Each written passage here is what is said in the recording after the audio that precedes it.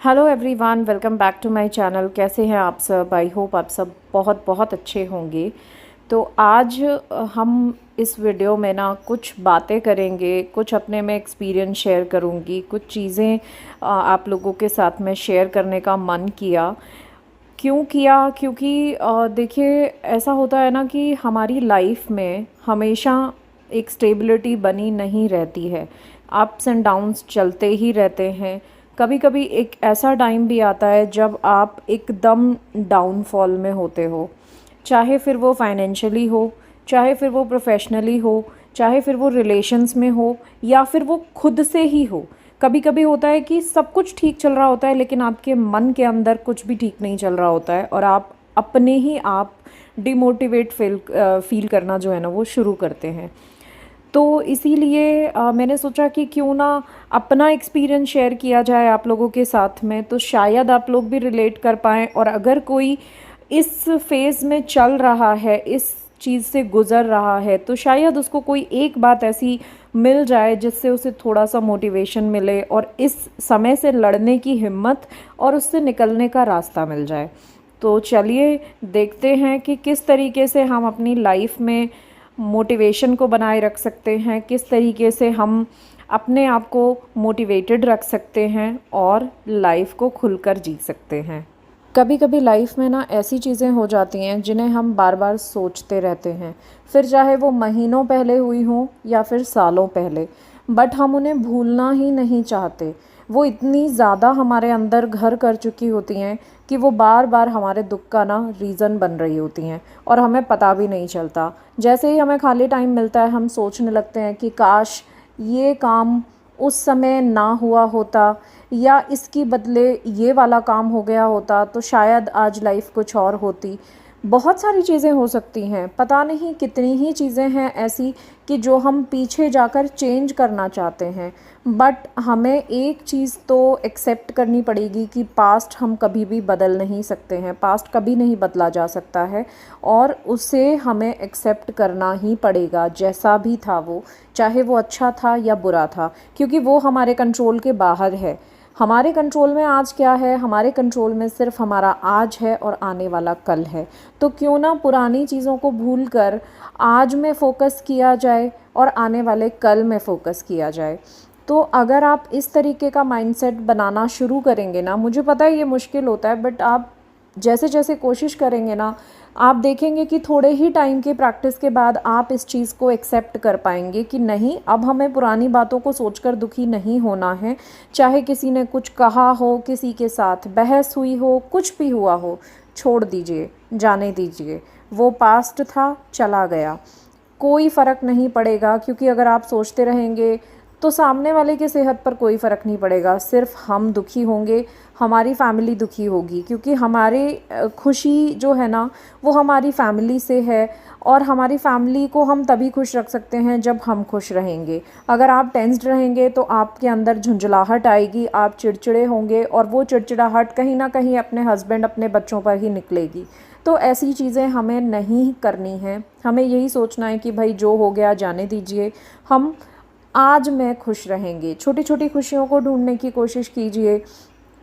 ज़रूरी नहीं है कि वो बड़ी बड़ी ही खुशियाँ हों कि हम कुछ ख़रीद कर लाएंगे तभी हम खुश होंगे। नहीं, एक छोटी छोटी सी चीज़ बनाने में ही कई बार इतनी खुशी मिल जाती है कि हमने अपने घर के लिए बहुत अच्छा खाना बनाया, मुझे तो उसी में ही इतनी खुशी मिल जाती है कि बस देखिए, खुश होकर अगर कोई उस खाने को खा रहा है, उसको पसंद आया, मैं उतने में ही खुश होना शुरू हो जाती हूँ कि चलिए कम से कम मैंने जो किया वो किसी के लिए तो अच्छा हुआ। तो कोशिश कीजिए कि आप पुरानी चीज़ों को भूलकर आगे बढ़ें और अपने आप को खुश रखने की कोशिश करें। और जब भी मैं मतलब ऐसा मुझे लगता है ना कि आज मन दुखी है, अच्छा नहीं लग रहा है, तो मैं म्यूज़िक सुनना पसंद करती हूँ। आप अपने हैबिट्स को, अपने शौक़ ढूंढिए कि आपको किस चीज़ में अच्छा लग रहा है। मुझे लगता है कि म्यूज़िक तो सभी को पसंद आता ही है, और जनरली क्या होता है ना कि जब भी हम दुखी होते हैं तो हम सैड सॉन्ग सुनना शुरू कर देते हैं। ये गलती नहीं करनी है भाई, सैड सॉन्ग्स नहीं सुनने हैं हमें।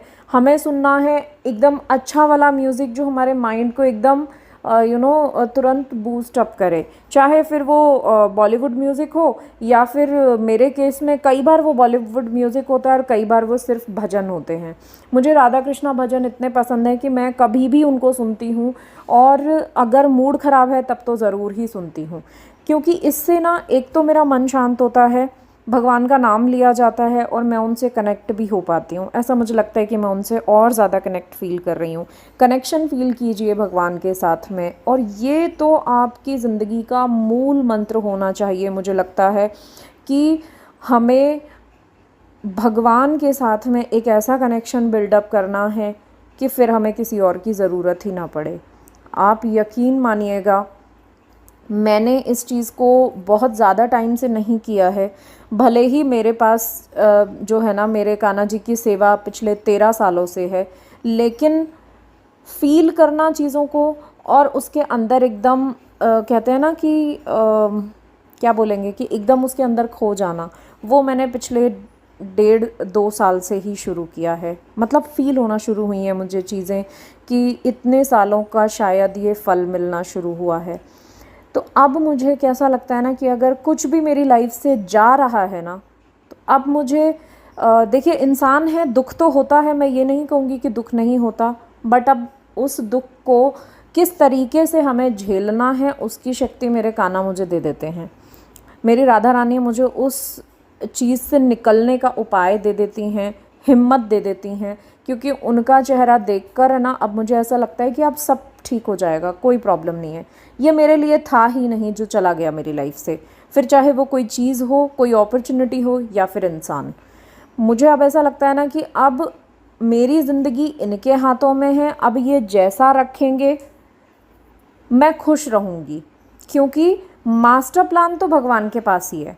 हम और आप तो सिर्फ यहाँ पर कर्म करने के लिए आए हैं, तो भाई हम वही करेंगे, उनकी इच्छा से चलिए, फिर देखिए आपको कितना सुकून फील होगा। आपकी चाहे किसी भी भगवान में श्रद्धा हो, किसी को भी आप मानते हैं, आप उनके ऊपर सब कुछ छोड़ कर देखिए, फिर देखिएगा आपको रिज़ल्ट्स ज़रूर मिलेंगे। थोड़े समय में ना आपको फ़ील होना शुरू हो जाएगा अंदर से कि अब मेरी लाइफ में कुछ भी गलत नहीं हो सकता। मैंने तो ये कर लिया है, और मुझे इस चीज़ का मतलब मैं कहूँगी कि मुझे ना फ़ील भी होना शुरू हुआ है, रिज़ल्ट्स भी मैं देख रही हूँ। इसीलिए मैं आपके साथ ये एक्सपीरियंस शेयर कर रही हूँ, क्योंकि अल्टीमेटली देखिएगा, दुनिया काम नहीं आएगी, सिर्फ भगवान का साथ काम आता है, बाकी सब यहीं पर रह जाएगा। जो हम अपने साथ लेकर जाएंगे ना, वो इन्हीं का साथ होगा। तो क्यों ना बुढ़ापे का इंतज़ार ना करके अभी से ही उनका हाथ पकड़ लिया जाए, तो कितना अच्छा हमारा जीवन हो जाएगा। इस बात पर ज़रूर विचार कीजिएगा। एक और बहुत इम्पॉर्टेंट चीज़ पे हमें जो है ना थोड़ा सा काम करने की ज़रूरत है कि भाई दूसरों की राय, दूसरों के ओपिनियंस पे काम करना जो है ना, वो हमें बहुत सोच समझ कर करना चाहिए। क्योंकि देखिए, मैं बताती हूँ आपको कि मेरे साथ क्या होता था कि मुझे देखकर जो है ना, चाहे फिर वो रिश्तेदार हो या फिर फ्रेंड सर्कल हो या जो भी हो, तो सबको ना ऐसा लगता था कि इसको कुछ आता नहीं है। आता नहीं इन द सेंस कि ये घर के कामों में उतनी एक्सपर्ट नहीं होगी, ये सिर्फ भाई आराम से बस खेलना कूदना, अच्छे कपड़े पहनना और इन्हीं सब में मस्ती करना, क्योंकि मैं मस्तीखोर तो मैं थी ही सही। तो सबको ये लगता था कि ये बिल्कुल भी ज़िम्मेदार नहीं है और सिर्फ इसको यही सब पसंद है। बट मेरी रियलिटी है, मेरी लाइफ है, मैं जानती हूँ कि मैं कितनी ज़िम्मेदार हूँ और मेरी फैमिली जानती है। तो मुझे किसी और को बताने की ज़रूरत भी नहीं है मैंने क्या क्या झेला है, क्योंकि मैं घर की सबसे बड़ी बच्ची रही हूँ। तो मैंने घर का काम भी उतने ही जल्दी सीख लिया था और बाहर का काम भी उतनी ही जल्दी सीख लिया था, क्योंकि जब घर की बड़ी लड़की होती है ना, तो वो लड़कों के रोल में आ ही जाती है, और मेरे घर में तो मैं आ ही गई थी।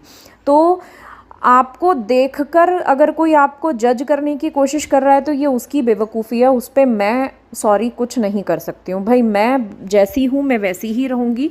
आप अगर मुझे कहेंगे कि मैं फ़ैशन में ही रहती हूँ, तो ठीक है, आप अपनी राय अपने पास रखिए, बट मुझे पता है कि मैं फ़ैशन अपने घर के काम के बाद करती हूँ। है ना। तो मुझे उस चीज़ में कोई प्रॉब्लम नहीं है, आपकी राय आप अपने पास रखिए। मुझे किसी को सर्टिफिकेट देने की ज़रूरत नहीं है, किसी को सफाई देने की ज़रूरत नहीं है। तो ये ना आप अपने साथ भी करिए कि आपको देखकर लोग क्या कह रहे हैं ना, आपको नहीं ध्यान देना है, क्योंकि अगर लोगों की तरफ से चलेंगे ना तो हम सब कुछ ख़राब कर लेंगे। एक कहावत भी है ना कि भाई सुनो सबकी और करो अपने मन की, तो ये बिल्कुल सही बात है, क्योंकि लोगों को कुछ नहीं पता। लोग सिर्फ बाहरी चीज़ें देखकर हमको जो है ना बस चार बातें सुना देते हैं, उनको नहीं पता कि अंदर क्या चल रहा है। तो अपने आप को खुश रखिए, दूसरों की बातों को इग्नोर कीजिए, सुनिए मत, सुनिए सबकी बट उसको दिल पर मत लीजिए।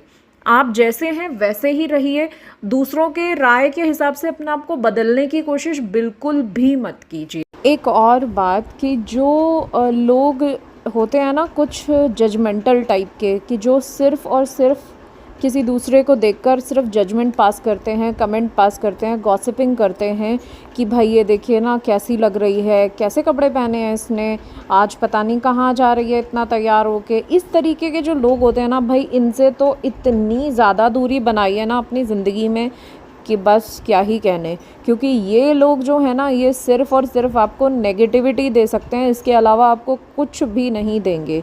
क्योंकि इनका जो है ना नेचर ही होता है सिर्फ़ और सिर्फ गॉसिपिंग करना। और अगर आप इनके साथ रहेंगे ना तो आपकी गिनती भी इसी टाइप के लोगों में होगी कि भाई इनको बड़ा मज़ा आता है गॉसिप करने में।